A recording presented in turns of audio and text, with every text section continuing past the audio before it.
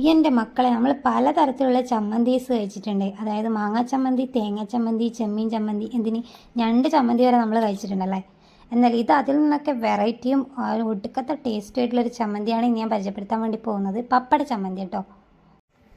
അപ്പോൾ ഇത്ര വെറൈറ്റി ആയിട്ടുള്ള ഈ ഒരു പപ്പട ചമ്മന്തിയുടെ റെസിപ്പി അറിയാവുന്നവരാണെങ്കിൽ തീർച്ചയായും ഒന്ന് കമൻറ്റ് ചെയ്യുക, അതിൻ്റെ ടേസ്റ്റും കാര്യങ്ങളൊക്കെ കേട്ടോ. ഇനി ഇത് അറിയില്ലാത്തവരാണെങ്കിൽ തീർച്ചയായും ഫ്രണ്ട്സിനും ഫാമിലിക്കൊക്കെ ഇപ്പം തന്നെ ഷെയർ ചെയ്ത് കൊടുത്തോളൂ. നല്ല കിടിലൻ ഒരു ഐറ്റമാണ്. നമുക്ക് ഒരു പ്ലേറ്റ് ചോറ് ഇത് വെച്ച് മാത്രം കഴിച്ചെടുക്കാം കേട്ടോ. അതിനായിട്ട് ആദ്യം തന്നെ ഞാനിതൊരു 5 ആൾക്ക് വേണ്ടിയിട്ടുള്ള ചമ്മന്തിയാണ് ഇപ്പോൾ ഇവിടെ തയ്യാറാക്കി എടുക്കാൻ വേണ്ടി പോകുന്നത്. അതിന് ഞാൻ 4 പപ്പടമാണ് എടുത്തേക്കുന്നത്. 5 പപ്പടം ഞാൻ വാട്ടുന്നുണ്ട്, പക്ഷേ 4 പപ്പടം മാത്രമേ എടുക്കുന്നുള്ളൂ കേട്ടോ. ഇത് 5ഉം നല്ല അടിപൊളിയിൽ മുരിച്ചെടുത്തിട്ടുണ്ട്. ഇപ്പോൾ 4 പപ്പടം ആവശ്യത്തിന് മതി കേട്ടോ. ഇനി നമ്മൾ ഈ പപ്പടം വാട്ടിക്കഴിഞ്ഞാൽ ഈ എണ്ണ നമ്മൾ വാങ്ങി വെക്കാൻ വരട്ടെ. അപ്പോൾ അതിൽ തന്നെ നമ്മൾ നേരത്തെ കാണിച്ച ഐറ്റംസായ വറ്റൽമുളക്, ചെറിയുള്ളി, ഒരു കഷ്ണം ഇഞ്ചി, ഇത് 3ഉം ഇട്ടിട്ട് നന്നായിട്ടൊന്ന് ഇളക്കിയെടുക്കാം കേട്ടോ. അത് ജസ്റ്റ് ഒന്ന് വാട്ടിയെടുക്കുക മാത്രമേ ചെയ്യേണ്ടൂ. നല്ലപോലെ കരിയോ കാര്യങ്ങളോ ഒന്നും വേണ്ട.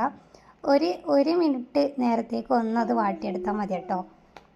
അപ്പോഴത്തേക്കും അത് നല്ലപോലെ ഇതായിട്ടുണ്ടെങ്കിൽ തീയൊന്ന് ഓഫ് ചെയ്തിട്ട് അത് ഇങ്ങ് കോരിയെടുക്കാം. എന്നിട്ട് നേരെ ഒരു മിക്സിയുടെ ജാറിലേക്ക് ഈ ഐറ്റംസ് എല്ലാം ഞാൻ ഇടുന്നുണ്ട്.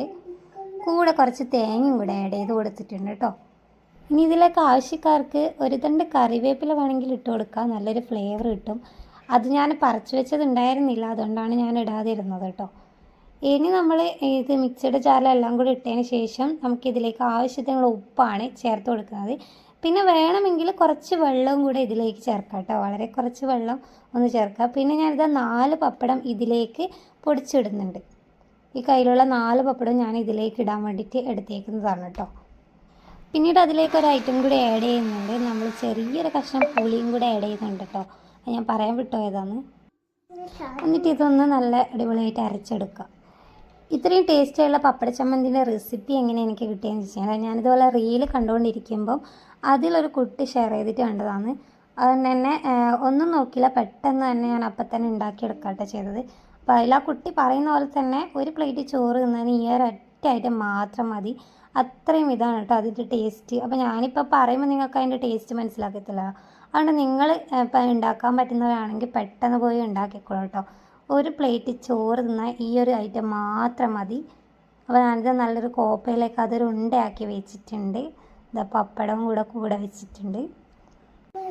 ഈ ഒരു പ്ലേറ്റ് എന്ന് വെച്ച് കഴിഞ്ഞാൽ ഇത് നമ്മളെ കൊട്ടിയൂർ പോയപ്പം അമ്മ അവിടുന്ന് കൊണ്ടുവന്നതാണ് കേട്ടോ. അവിടുത്തെ പ്രസാദം കൊടുക്കുന്ന ഇതാണ്. ആക്ച്വലി അതൊരു ചപ്പാണ്. അതിനെ നല്ല അടിപൊളിയായിട്ട് അവരൊരു പ്ലേറ്റ് പോലെ ആക്കിയേക്കും കേട്ടോ. അപ്പോൾ അതെനിക്ക് ഭയങ്കരമായിട്ട് ഇഷ്ടമായിട്ട് ഞാനത് എടുത്ത് വെച്ചതാണ്. ഇതുപോലെയുള്ള വീഡിയോസൊക്കെ എടുക്കുമ്പോൾ ഞാനത് യൂസ് ചെയ്യാറുണ്ട്. അപ്പോൾ ഞാനെന്താ ഫസ്റ്റ് തന്നെ അത് ധൻഷു ബേബിക്ക് കൊടുക്കാൻ വേണ്ടിയിട്ടാണ് അതൊന്ന് കോരിയെടുക്കുന്നത്. ഇത്ര സ്പെഷ്യലായിട്ട് എന്തെങ്കിലും ഉണ്ടാക്കുകയാണെങ്കിൽ എനിക്ക് അന്നത്തെ ദിവസം ഭയങ്കര തിരക്കായിരിക്കും ചോറ് കഴിക്കാനായിട്ട്, ഒട്ടും ക്ഷമയുണ്ടാകത്തില്ല. അപ്പോൾ ധൻഷു ബേബിക്ക് കൊടുത്ത ഉടനെ തന്നെ ഞാൻ ഫുഡ് കഴിക്കാൻ വേണ്ടി പോവുകയാണ് കേട്ടോ.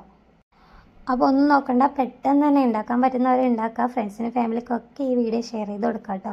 അപ്പോൾ ഇന്നത്തെ വീഡിയോ ഇത്ര മാത്രമേ ഉള്ളൂ. ഈ വീഡിയോ ഇഷ്ടപ്പെട്ടാൽ ലൈക്ക് ചെയ്യുക, ഷെയർ ചെയ്യുക, കമൻറ്റ് ചെയ്യുക. പുതിയൊരു വീഡിയോ ആയിട്ട് ഞാൻ വീണ്ടും വരാം. അതുവരേക്കും എല്ലാവർക്കും ബൈ ബൈ.